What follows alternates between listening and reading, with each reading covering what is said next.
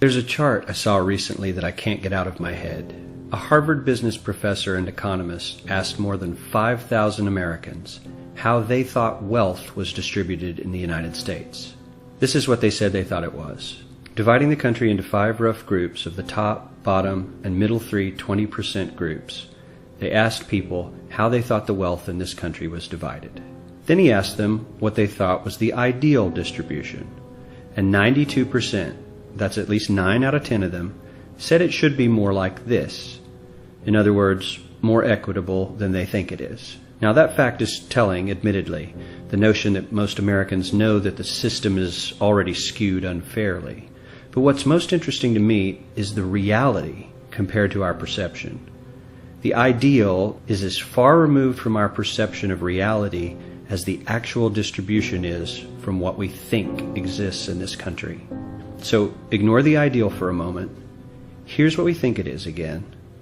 And here is the actual distribution. Shockingly skewed. Not only do the bottom 20% and the next 20%, the bottom 40% of Americans barely have any of the wealth. I mean, it's hard to even see them on the chart.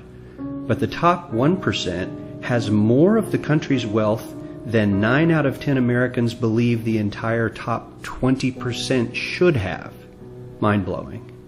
But let's look at it another way, because I find this chart kind of difficult to wrap my head around. Instead, let's reduce the 311 million Americans to just a representative 100 people. Make it simple. Here they are: teachers, coaches, firefighters, construction workers, engineers, doctors, lawyers, some investment bankers, a CEO, maybe a celebrity or two. Now let's line them up according to their wealth. Poorest people on the left, wealthiest on the right, just a steady row of folks based on their net worth.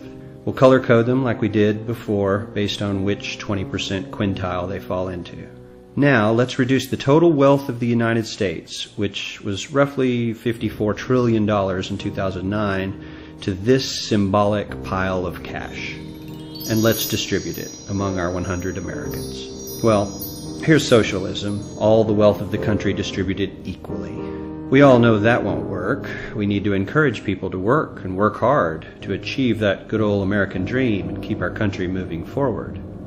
So, here's that ideal we asked everyone about. Something like this curve.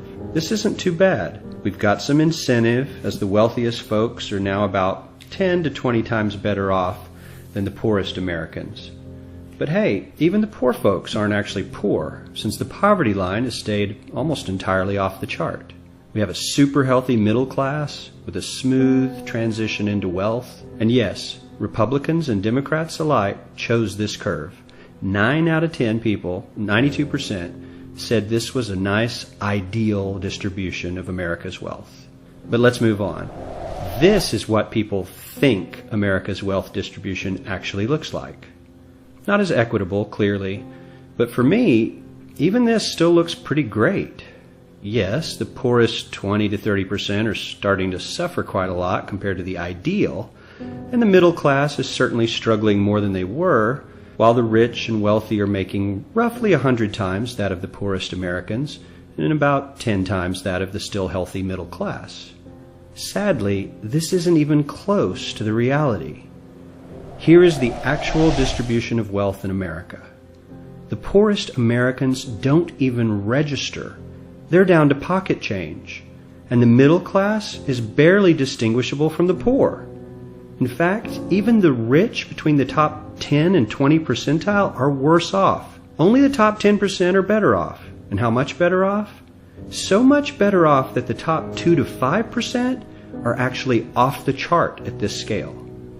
And the top 1%, this guy, well, his stack of money stretches 10 times higher than we can show. Here's his stack of cash, restacked, all by itself. This is the top 1% we've been hearing so much about. So much green in his pockets that I have to give him a whole new column of his own, because he won't fit on my chart. 1% of America has 40% of all the nation's wealth. The bottom 80%, 8 out of every 10 people, or 80 out of these 100, only has 7% between them. And this has only gotten worse in the last 20 to 30 years. While the richest 1% take home almost a quarter of the national income today, in 1976 they took home only 9%, meaning their share of income has nearly tripled in the last 30 years. The top 1% own half the country's stocks, bonds, and mutual funds.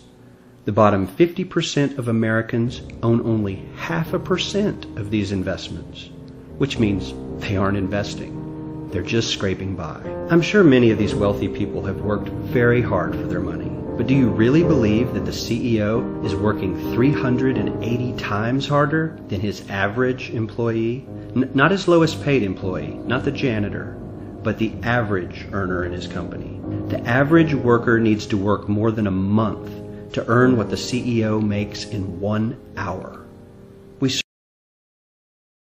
socialism to find something that is fair for hardworking Americans. We don't even have to achieve what most of us consider might be ideal. All we need to do is wake up and realize that the reality in this country is not at all what we think it is.